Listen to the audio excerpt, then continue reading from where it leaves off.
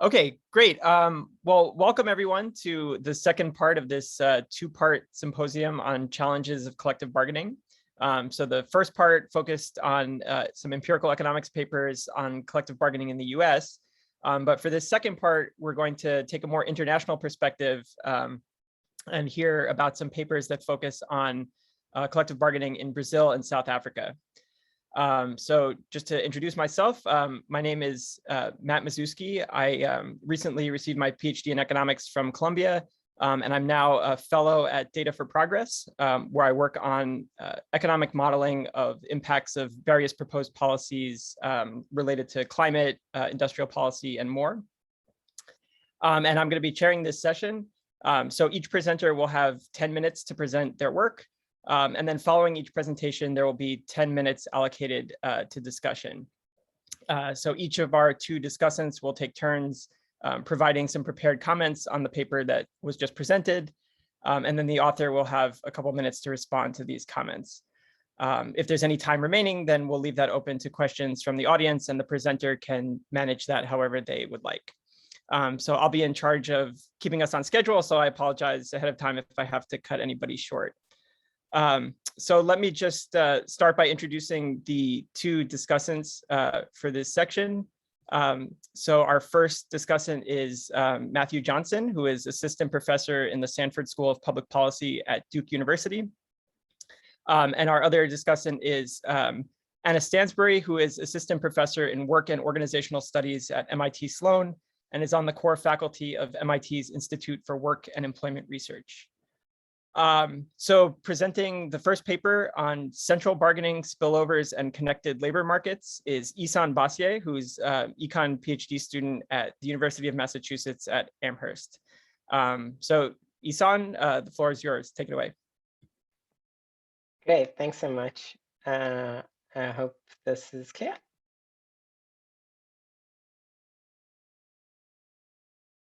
Yeah? Yep, good, yep. Great. Okay, so motivating collective bargaining is not needed in this panel, but what I'm focusing on is that the fact that collective bargaining often covers a large part of the labor market. In South Africa, it's something like 40%, but that's pretty typical for a lot of countries, a lot of the OECD, not the US, but a lot of countries in the world. And so that really asks a very important question of how do we think about spillover effects of collective bargaining? And so really, I'm looking to contribute by kind of framing spillovers in terms of employer power, as opposed to kind of more standard models of kind of, if you think about collective bargaining and everyone covers the kind of formal sector and dual sector labor market models, it's very competitive market assumptions and so on. And then I want to convince everyone that we should be measuring spillovers through worker flows and showing empirics around that. And then I'm going to end off with some kind of simulations just showing that spillovers really are extremely important for collective bargaining in the case of South Africa, but I think everywhere else as well. So in terms of the theoretical framework, remember, so I'm trying to just put forward a kind of framework, a very simple model of how to think about collective bargaining with employer power, and that's going to center on two features. The one feature just being that you have frictions in the labor market, and one way that lots of people in kind of monopolistic competition think about it is through kind of preference or constraint heterogeneity. So the most go-to example is of travel costs. I'm at firm A. Firm B is very close to me. Firm C is much further from me. Even though firm B and C kind of pay the same wage, maybe because firm B is closer, my net wage offered by firm B is actually higher. And so there is that kind of heterogeneity that's just a result of travel costs. But we can think about these distance measures in a number of dimensions, hours. We can think about discrimination at different firms that might be known to the network of workers. We can think about flexibility requirements, maybe childcare and so on. And these kind of frictions really give rise to the idea that labor markets are very localized. And so when a worker is searching for jobs, that worker really is thinking about a set of feasible outside options. The kind of the firm that's offering a job but is in a completely different state is not within its feasible consideration set. And firms know that that workers are kind of operating, kind of trading off a few outside options, and so firms are strategically interacting. And so feeding that into a kind of logit model in a static framework, you're left with a kind of trade-off. So when firm K, one firm, raises its wage, all other firms around it kind of face a trade-off. Either at this end here, it can kind of not react in any way, but then it's going to lose lots of workers to the firm that raises its wage, or it can kind of raise its wages a lot and lose no workers, but that's, you know, going to hit your profit margins and so on. And that's the the reaction of firms around it. That's the spillover effect.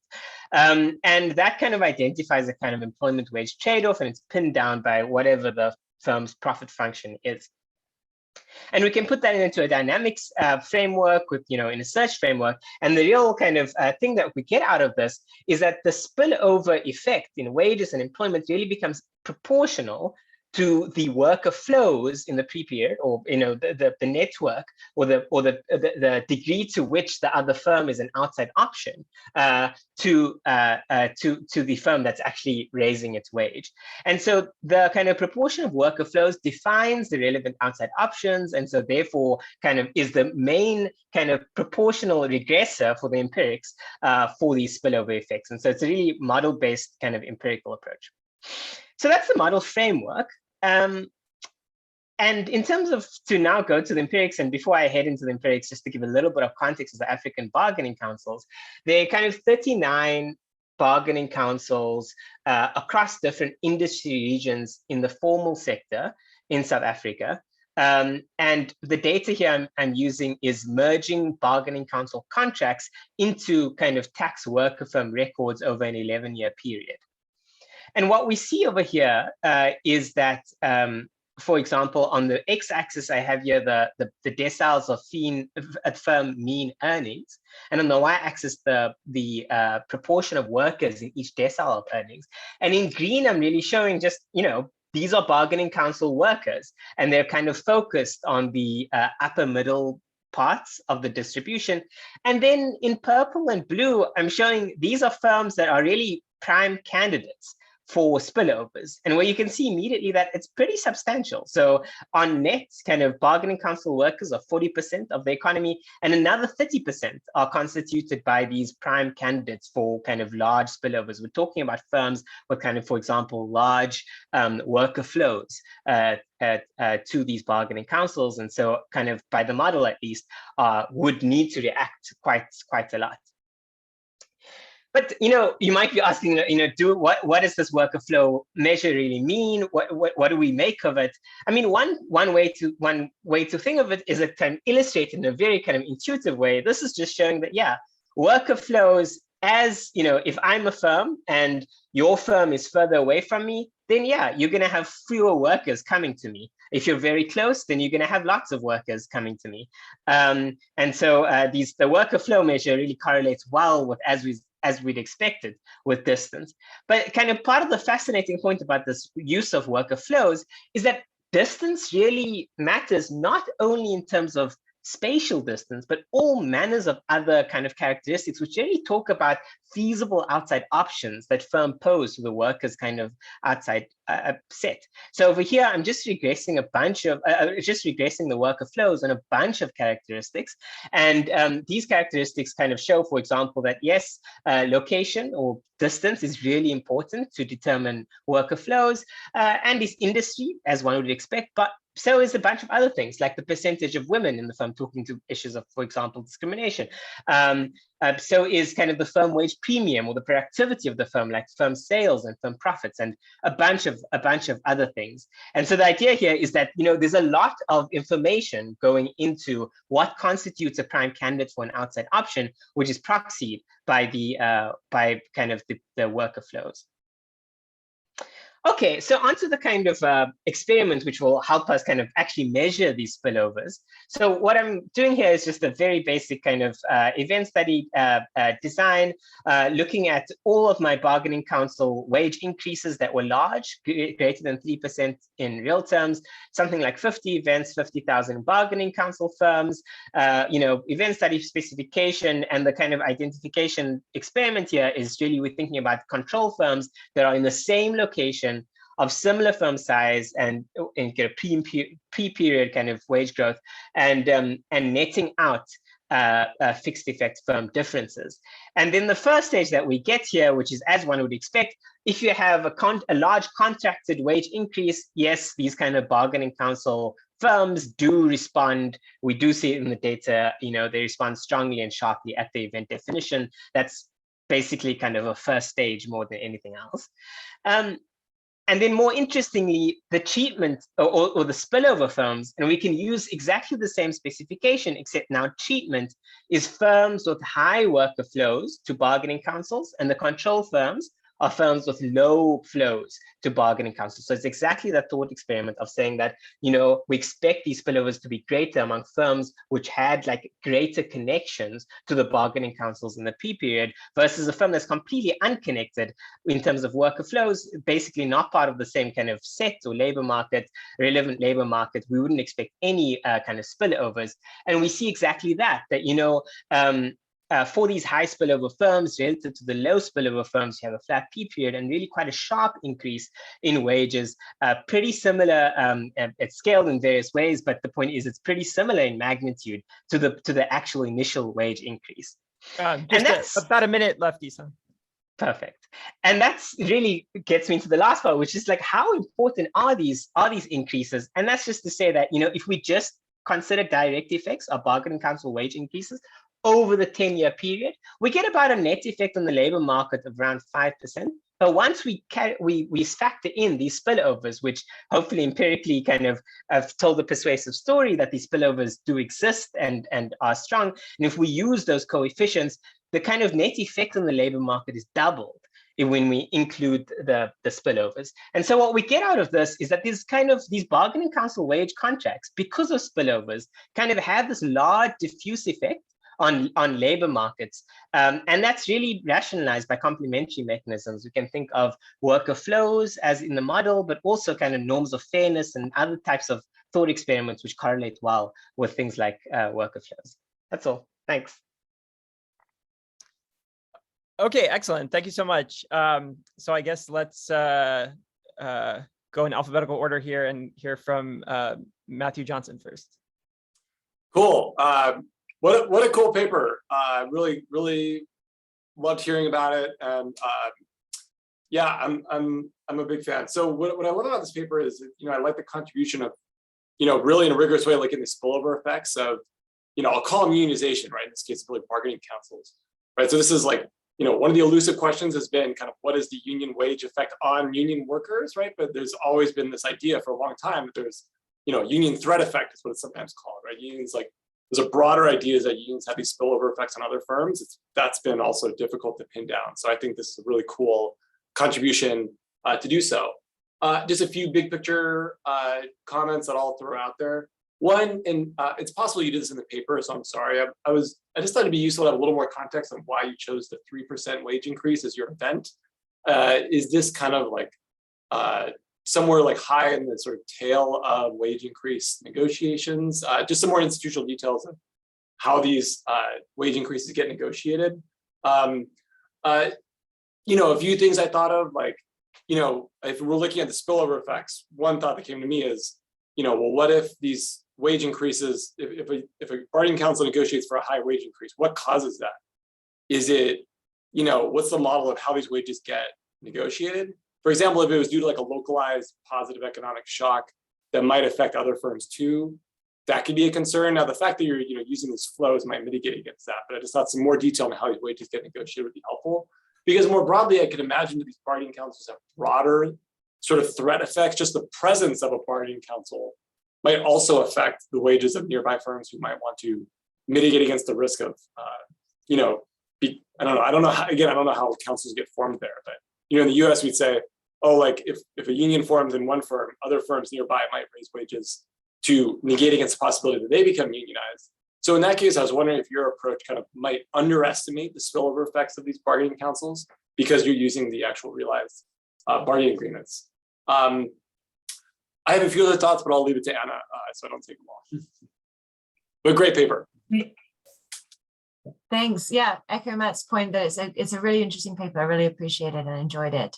I had two main comments or questions beyond what Matt's already said. One of them sort of echoes it. One is just getting at the causality. These spillover effects are really big and very clean, but understanding when the bargaining councils are able to bargain these big wage increases and ruling out conclusively that it's not driven by some kind of correlated product market shock across similar types of firms, which then are going to have these flows between them because they're similar, I think seems really important.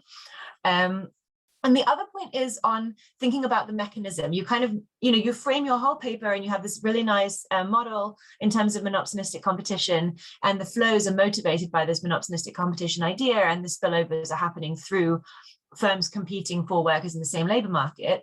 But another worldview that you allude to briefly at the end is about union threat effects. And this doesn't need any kind of labor market monopsony at all. It just needs that there's some chance that workers will form a union, and the more beneficial being in a union looks, the bigger the incentive a firm has to avoid that by paying higher wages to reduce that chance. And so it doesn't undermine at all the effect. It's just thinking about the mechanism and how to interpret it. But it also matters, I think, in terms of your framing, because hanging your hat on the monopsonistic framing, when it could be driven by a different type of underlying labor market mechanism, it might be interesting to try and disentangle them. One thing I was wondering that you might be able to do to disentangle is, to the extent that you've got flows between firms where you might expect the threat effect to be similar. So maybe there's sort of similar kinds of industries that would be organized by similar kinds of unions, but for some reason the connected set of firms is different,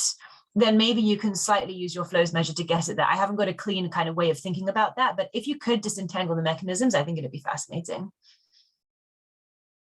I'll leave it there. Thank you so much. Okay, so we have a few minutes left. If anyone has questions here that they want to share or comments. Should I respond or Oh, sure. Yeah, go ahead.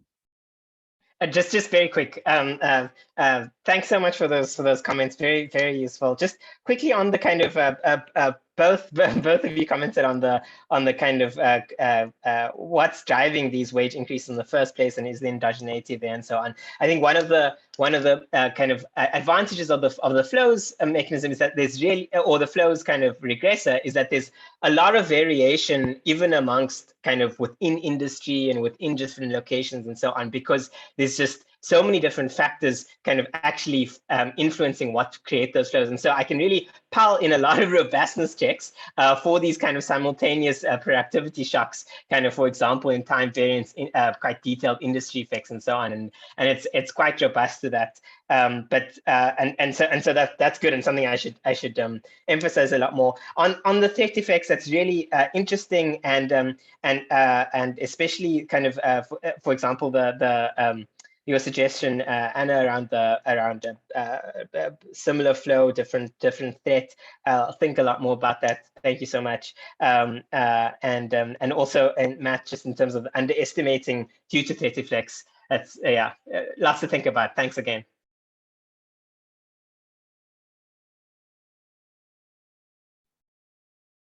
Great. Are there any other questions or comments for Ihsaan? Can I just throw one more, Ihsaan, really quick, since there's some time here? Anna mentioned the magnitude of your spillover effects. I also thought they seemed really big. I was just curious if your model or something you could benchmark what you expect the magnitude of the spillovers to be. Like, there's a recent paper I think you cited by Ellora, Derenoncourt, and others that looks at the Amazon, spillovers, and I think they're smaller than what you find here. So I was just curious if you had a sense of how you could benchmark the magnitude. So Ellora, oh, sorry, Sam. Yeah, right. I had a delay. Go ahead. No. Well, I was going to just say, chime in on that and say, I would also love to hear you benchmarking it to estimates of the union spillover effects from like the Fortin, Lemieux and Lloyd paper, even though it's a different context, but just so we understand whether they're in similar ballpark. So please, no, go ahead. Didn't mean to interrupt. Yeah, so I hadn't, I'm just noting down benchmarking on the Fortin Lemieux.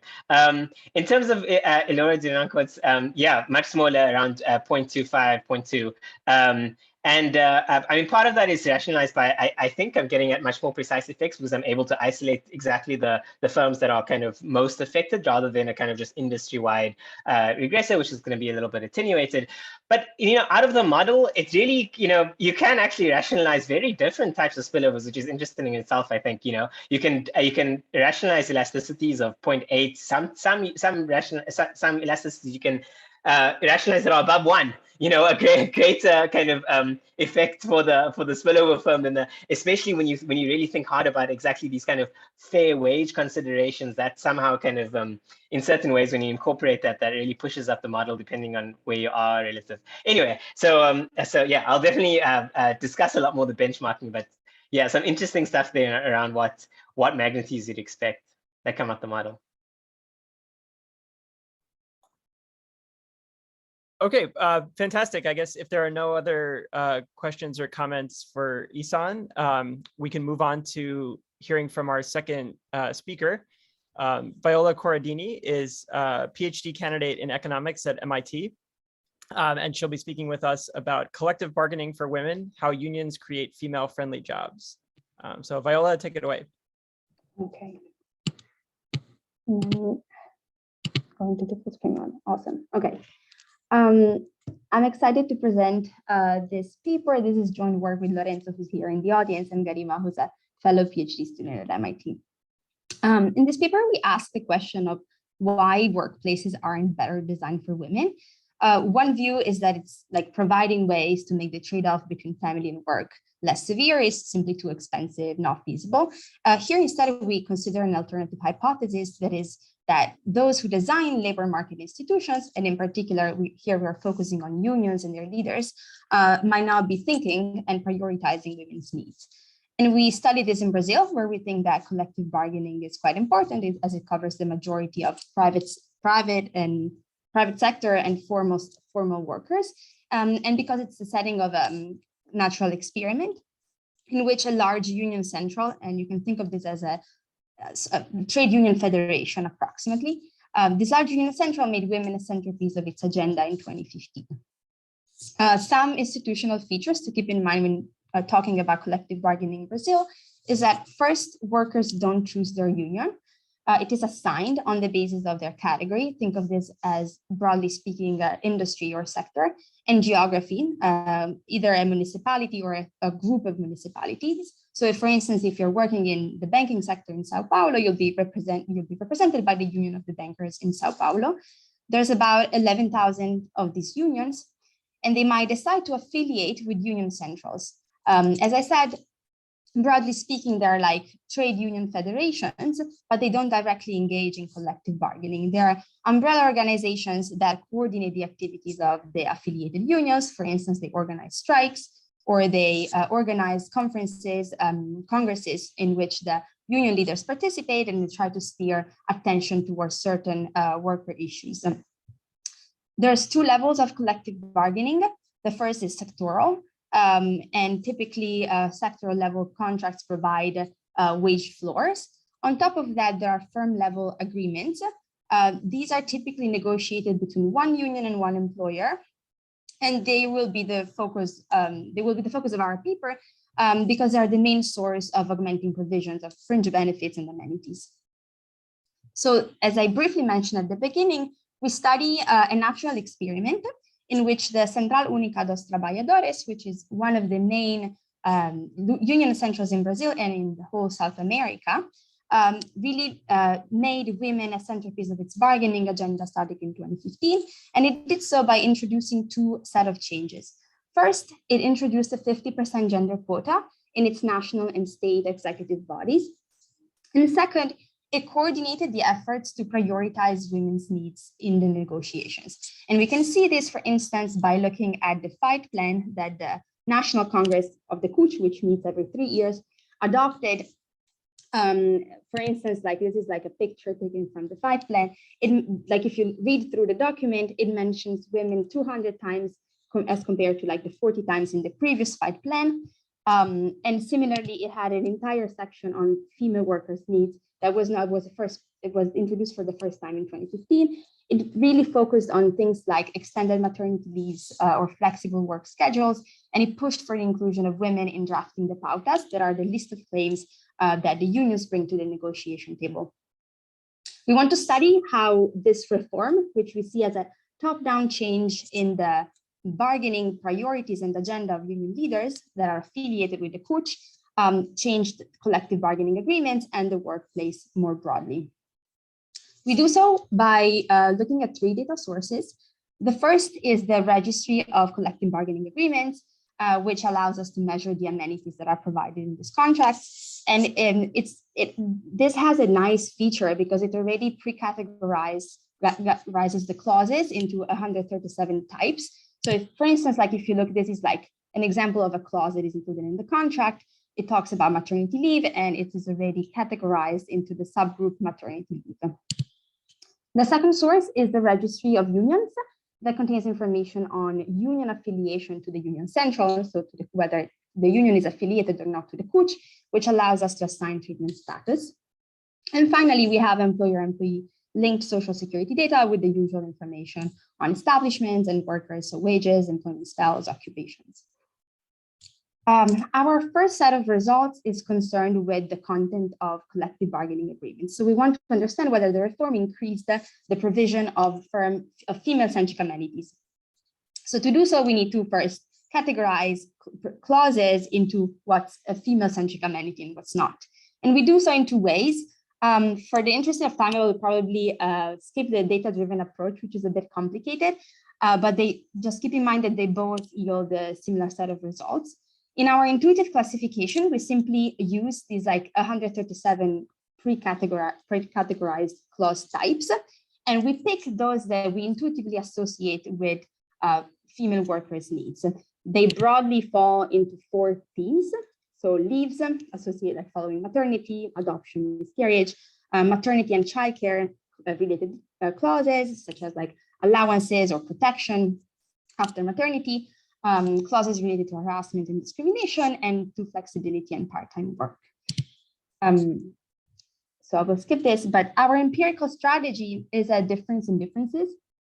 The unit of analysis might change depending on the outcome we look at, but think of this as either an establishment or a worker, if you look at wages, is treated if its union was affiliated to the CUT, this like Union Central that adopted the female-friendly bargaining agenda at baseline, so in 2012.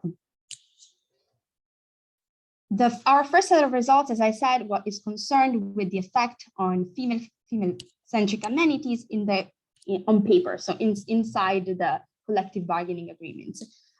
This table shows the difference in difference coefficient using both our intuitive definition of female clauses, so looking at the number, like the pool number of female clauses contained in this contract, and by type, leave, maternity, harassment, and flexibility. And it does the same thing with our data-driven approach. Both on the intensive margin and on the extensive margin, we observe that in establishments in bargaining with the union affiliated with the CUT, there's an increase in female-centric amenities.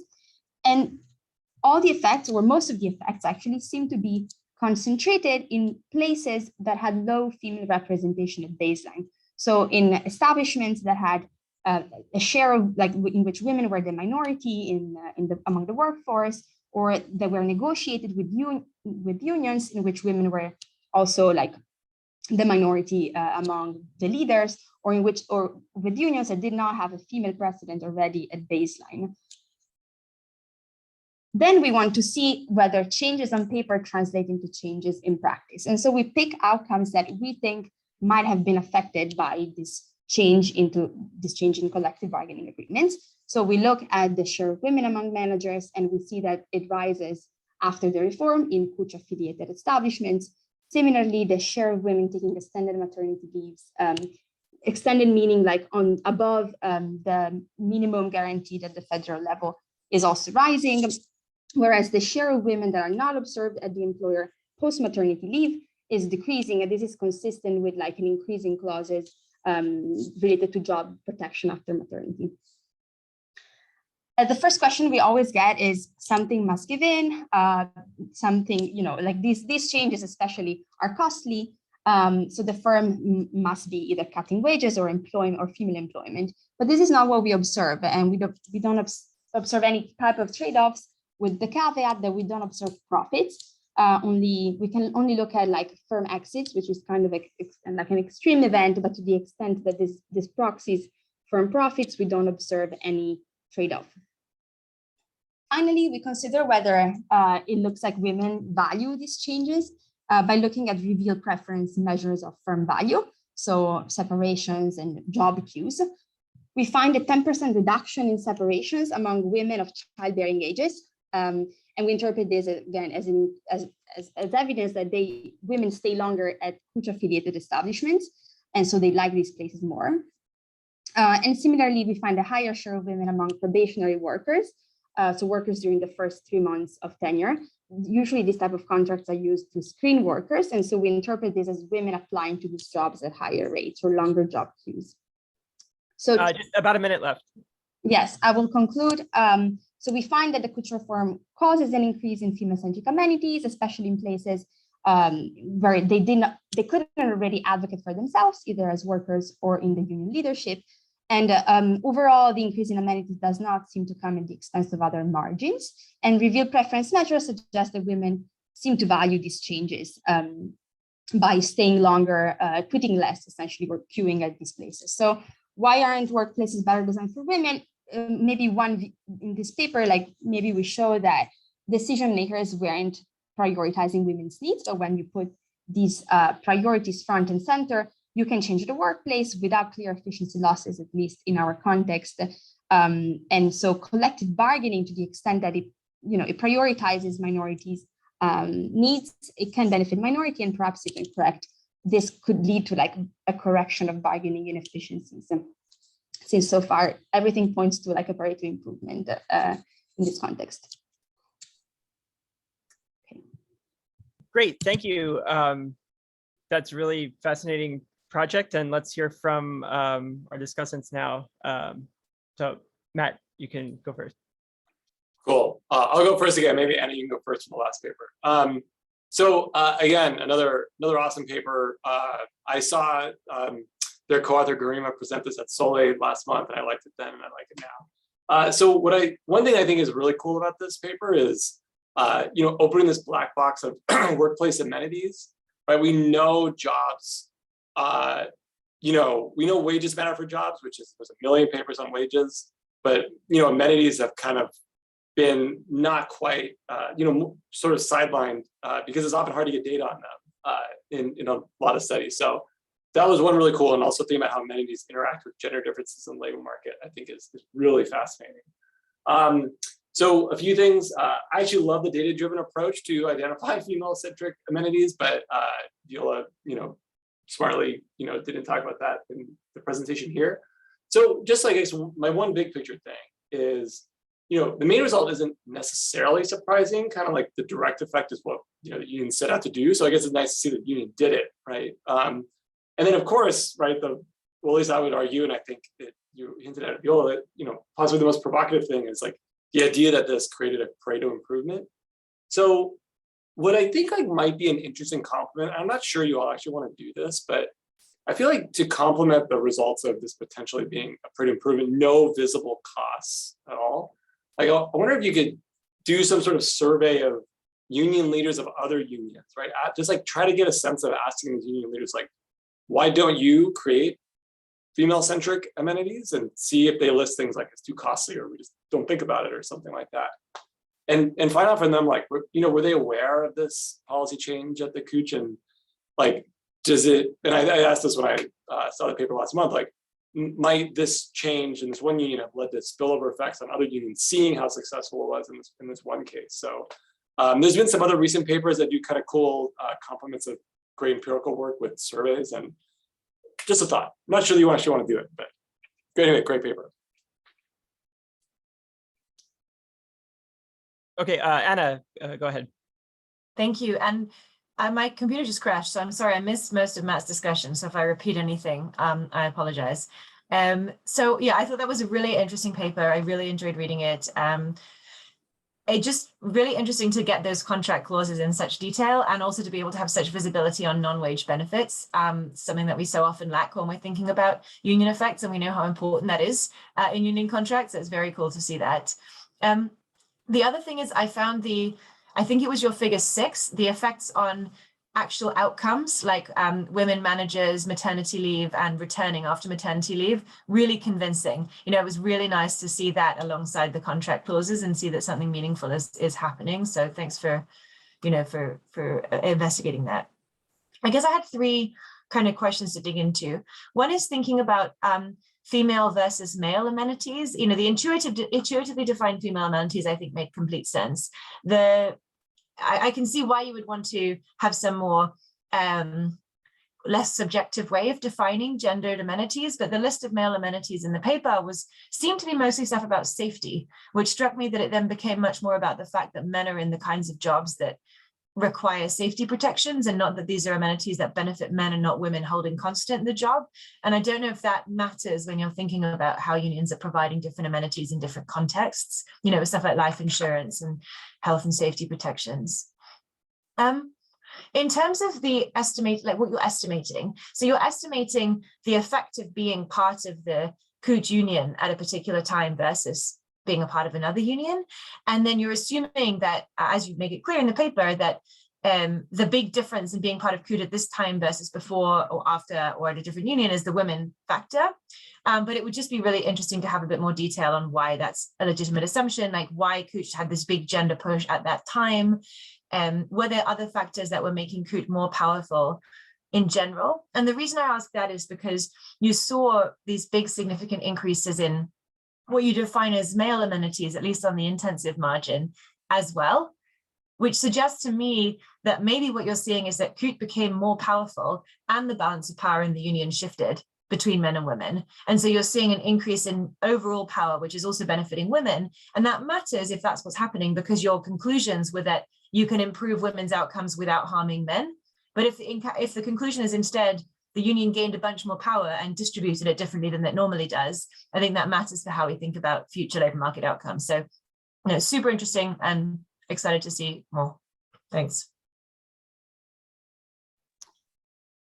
Okay, did you want to respond to the discussants' comments before we take questions?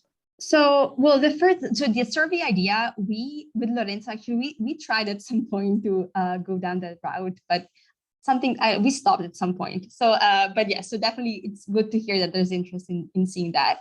And then on the, female versus male amenities, yes, I think, yes, now I'm sad I didn't talk about the data-driven approach, but 10 minutes is really a short time. I agree that it seems like mostly they talk about safety and also other financial benefits, it seems. So the financial benefits part, is more consistent with the idea that maybe men versus women, men trade off, they care more about the financial component, and versus women care more about other non-wage amenities.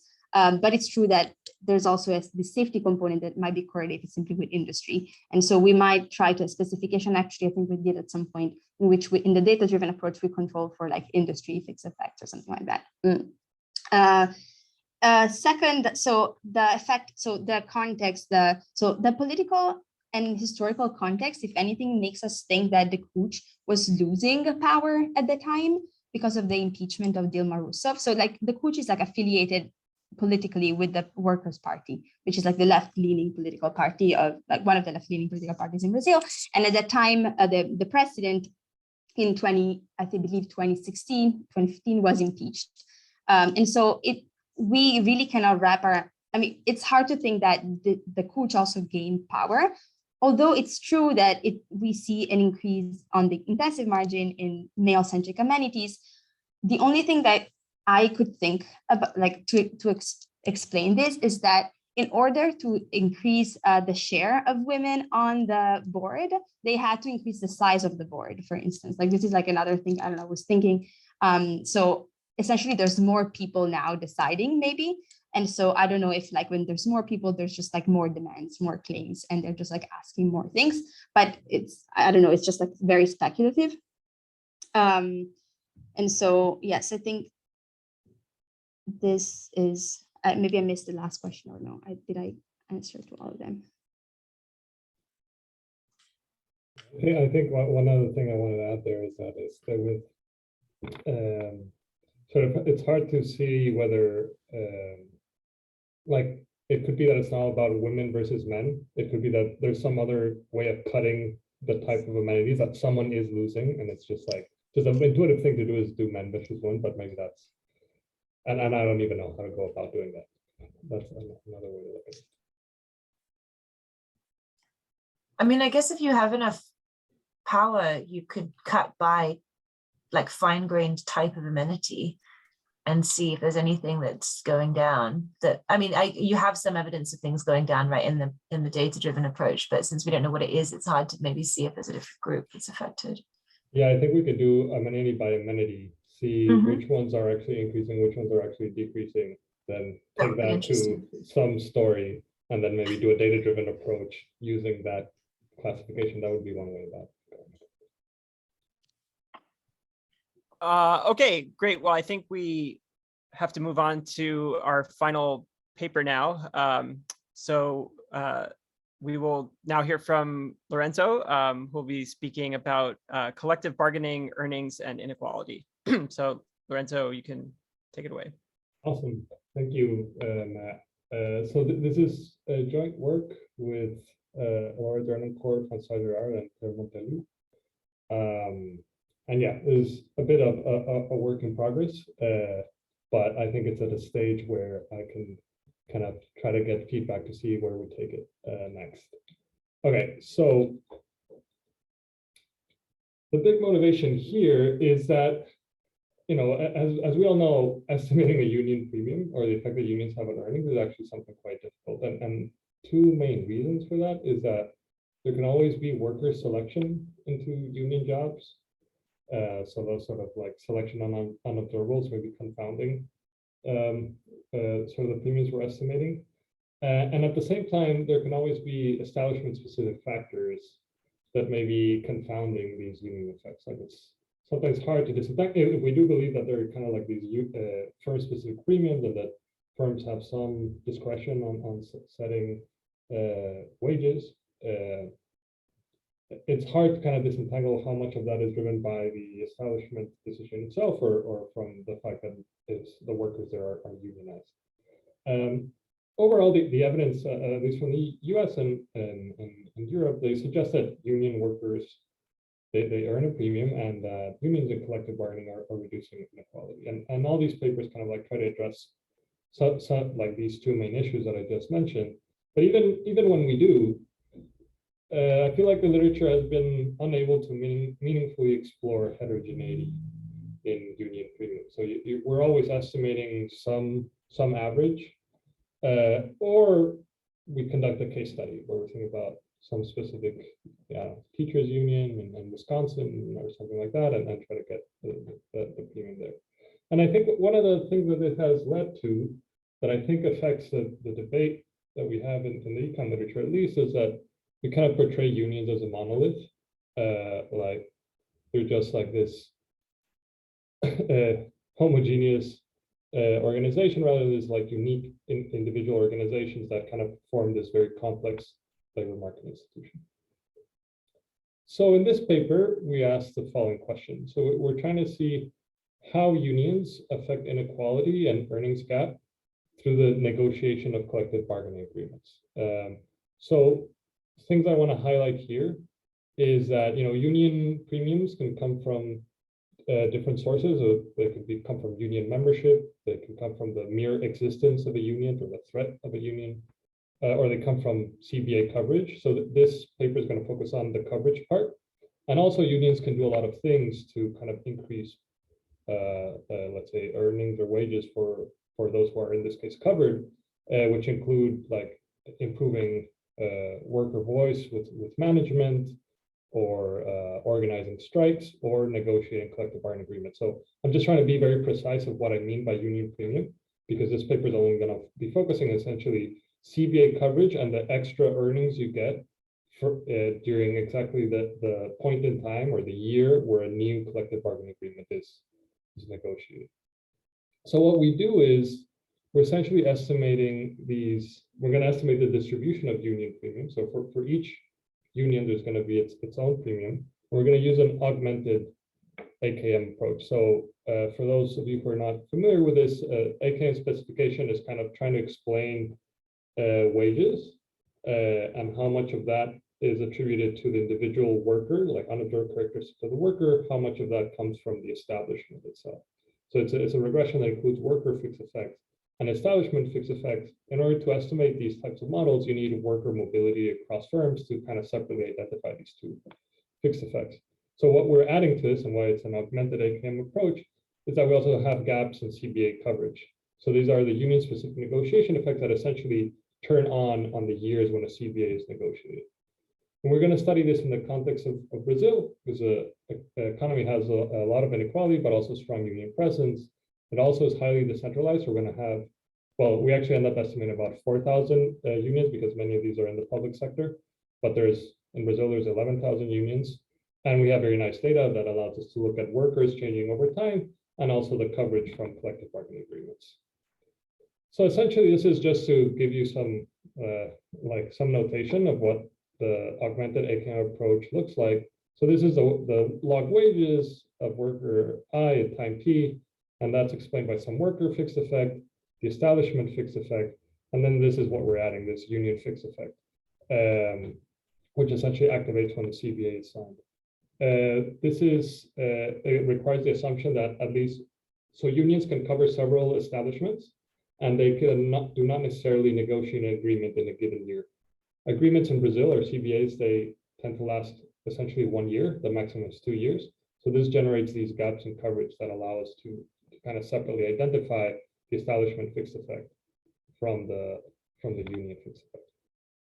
Okay, so we're going to run this for all workers, and then we're also going to do this by education level, so those without and with high school degree, and then kind of look at sort of what's the contribution of these ADAs, of these union effects, and how they covary, let's say, with worker fixed effects, with establishment fixed effects. So on the first column, you see a regular AKM, and on the second column, you see our augmented AKM. And what I'm going to be focusing on is here, the percentage of the variance along earnings that are due to these different, like the direct effect of the variance of the worker effects, establishment effects, union effects, and then the covariances. So a nice thing to look into this is that if you account for unions, this increases the role of that establishments play in inequality. So this essentially comes from a higher variance. There's a small decrease in this kind of positive assortative matching. What's interesting about the union premium, so the direct effect of the union premium is it leads to dispersion, but because of the fact that unions are essentially like the effective unions tend to be negotiating at low-paying establishments. So there's this covariance between establishment and union effects is negative. That's why we see overall compression from unions. So this is, I think, one neat, interesting thing that we're bringing to light that I think is worth exploring. And then we also find very little worker selection into unions. And this is particularly because of the case how we're defining, or the Brazilian setting where like your job is essentially defining the union that covers it. So this next table is doing it on the first column is workers with a high school degree. Second columns is those without a high school degree. And the findings here is essentially, it's among the, let's say, the higher skilled workers or the more educated workers, skill or these worker effects contribute more to variance in earnings. Whereas for those without a high school degree, is the establishment effect. So where one works matters more, which is, it makes sense that kind of like, it's kind of like this where the luck of the draw, where you end up working as a low educated worker will have a higher impact on your earnings. And we find most of the compression that I discussed before about unions coming or occurring among workers with low education. So it is really, as has been shown before, that unions are kind of pushing the wages of those at the bottom, they're pushing them up, that we actually do see that coming from where we would expect it to come. So that's within group, but we also want to explore between group. So when we look at the sort of like the gap, overall earnings gap in education, and we see how much of that is due to worker effects, establishment effects, and union effects, what we actually find, if I want you to focus here on the gap in union effects, is that unions actually are not playing a big role in reducing this gap. And that was a bit surprising, but if you look at sort of decompose this gap in union effects into how much comes from where workers work relative to how sort of the premiums are set within a firm, we see that there is compression within a firm. So this is relative pay setting, but that is offset essentially by where workers are working.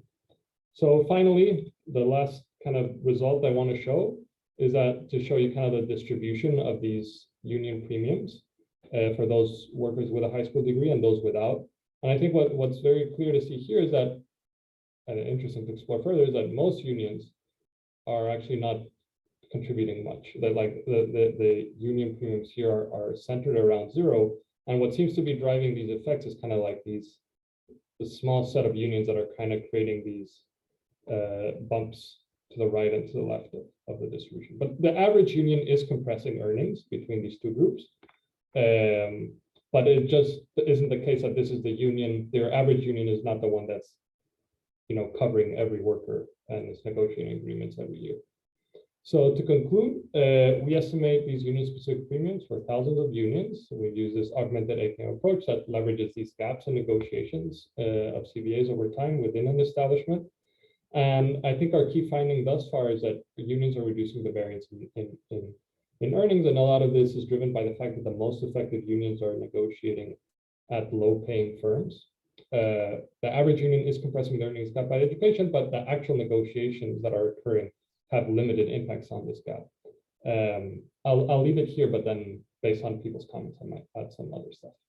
Thank you. Okay, thank you. So let's hear from Anna first this time. Great, thank you so much, Lorenzo. Another fascinating paper. It's just such a treat to be in these sessions, even though it is 10:20 my time. So that's how much I enjoy these papers. So I had a couple comments. First, big picture is I really think this is an exciting effort to try to separate establishment and union wage effects. And it's a very creative idea to use AKM to try and do that. I think my biggest question, and it might just be that we didn't have time to get into it, is understanding what is driving these gaps in collective bargaining agreement coverage in order that we can understand how we're really disentangling the establishment versus union effects. My understanding from the presentation and what I read in the materials you sent over, Lorenzo, was that it's kind of between collective bargaining agreements that the CBA is not active. And so the AKM effect for the establishment in the between collective bargaining agreement periods is what we're using to disentangle. And that makes me wonder if that we're presumably estimating a very much biased downward union effect, just because I would assume that if the firm has had a CBA, is going to have a CBA, they're not going to revert to their kind of counterfactual if they never had a union pay for this intermediate period before then knowing that they're going to have a CBA in the future again, which is going to go up. And I wonder if that's something that should be thought about in the context of this finding at the end that the average union wage premium is super small, because it might be that it's biased down. So, I mean, it might be interesting to be able to estimate only on really big gaps, or only on gaps where a firm has decertified or is pre any kind of collective bargaining agreement, to try and sort of see if there's a possible bias there from the gaps, if I've understood correctly what's driving them. The second question or comment I had was about, again, about the magnitude. It would be really interesting to see Mensa union wage premia versus your AKM estimated union wage premia, and perhaps even if you can cut it, because you've got such big data, by industry, because we see when we estimate, I've done a bunch of Mensa wage premia for unions in the US data, and you can see that they differ by industry, and they're pretty consistent over time in terms of magnitude, but they're about 15%. And so that's, almost, there's a lot bigger than what you're estimating here. And so comparing that in the Brazilian data would be really interesting to see whether they're different, and if they're different, why the Mensa estimates are, in your view, wrong, and what's driving that with your more detailed data that you can see. The third point I had was that I thought the really limited worker selection into unions was super interesting, and maybe you could make more of or dig more into that point, because that's often a concern raised about the Mensa type approach. And so it's sort of, in some sense, it's a validation of that not being a huge problem, at least in the Brazilian context, and would be really interesting to dig into more. I have a bunch of other small comments, but just in the interest of time, I'll hand over to Matt. We can discuss more. Super interesting paper. Thank you so much. Cool. Sorry, I'm just getting my stuff up here. Yeah, I'll echo Anna. Like this is such a cool, just like really exciting undertaking. Yeah, really moving beyond just the black box union effect, versus like thinking about union specific effects is really intriguing thing, really cool to have the data to do. Yeah, so just a few comments. Like I'll echo what Anna said. It does seem like you must be underestimating the union effects for exactly the reason Anna said. I'll just add on to that I can imagine that, you know, if the unions create norms for wage setting in the firms, those norms might persist even in gaps of CBA years. So some more details on that would be great. Really interesting that the effective unions are at the low-paying establishments. You know, I don't know if this is an important aspect of the paper, but I was just curious, like, would we expect this? And I'm not aware really of any kind of models of kind of union targeting or, you know, based on union objective functions, would they allocate their best resources at the low-paying establishments? Like I can imagine so, but I think just like bolstering that finding with, you know, a potential model of union kind of resource allocation would be pretty cool. And finally, yeah, also echoing the question of Anna's about worker sorting. You know, I see the evidence you have that it doesn't seem like workers are sorting where the effective unions are, at least in the aggregate. But I was curious, like, you know, reflecting on, you know, the prior paper that was just presented by Viola on workers do sort based on amenities, right? I'm just kind of curious. I haven't thought about this too hard, so I don't have a very profound thought here. But, you know, what would it say if workers are sorting on amenities, which you're not considering in this paper? And could that be influencing your estimates in particular ways? Again, I haven't thought about it enough to have a really informed comment there, but that just seems like an important question to throw in. So that's it, but great paper. Thank you both for the comments. So I'll try to hit some of these. So yeah, the gaps in CBA coverage and what does that give us as a counterfactual is something that I think is very specific and that I try to be clear about, and maybe I should be more clear about, especially once we write a full-fledged paper. And this idea that, yeah, what we're measuring here is not the union premium that I think most people are accustomed to. It's kind of like trying to capture this one particular channel, which is the fact that sort of establishment or sort of like worker-employee relations were kind of renegotiated in a given year, and in another year they are not. Kind of what's that gain that you get between those? So essentially, the counterfactual is simply like whether the terms were renegotiated in a year versus not, right? And that's not everything that unions do, and that's definitely something that we're not capturing. So it would make sense that the estimates we find are kind of below what you would find in a Mansurian regression. And in fact, when we do run Mansurian regressions in the Brazilian setting, you find something that is similar to what you would see in the US setting, around 11 log points. I like this idea about norms persisting. So it is the case, for example, like essentially this is we're only looking at wages. In Brazil, it's like nominal wages are essentially rigid, like you can't decrease someone's nominal wage. So if most clauses that affect wages or earnings are essentially coming from, let's say, wage readjustments and wage floors, I think what matters, what would seem to be driving our effects, I think, are the wage readjustment clauses, because those are essentially a one-time percentage increase in your wages. And then if that's not renewed in the next year, then it's not like you're getting a bump next time around.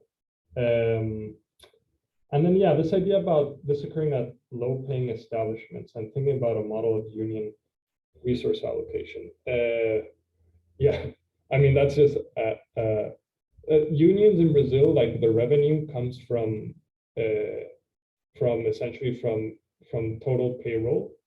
So I don't know, yeah, as we see in the paper with Viola, like unions, leadership matters, but if they only cared about revenue, maybe there's something to explore there to think about whether these establishments are the ones where payroll is highest. I honestly don't know. And you bring a great point thinking about amenities. So a lot of my research agenda kind of focus on this. I would be cool, and I have no idea whether I would be able to do it, where you could sort of like,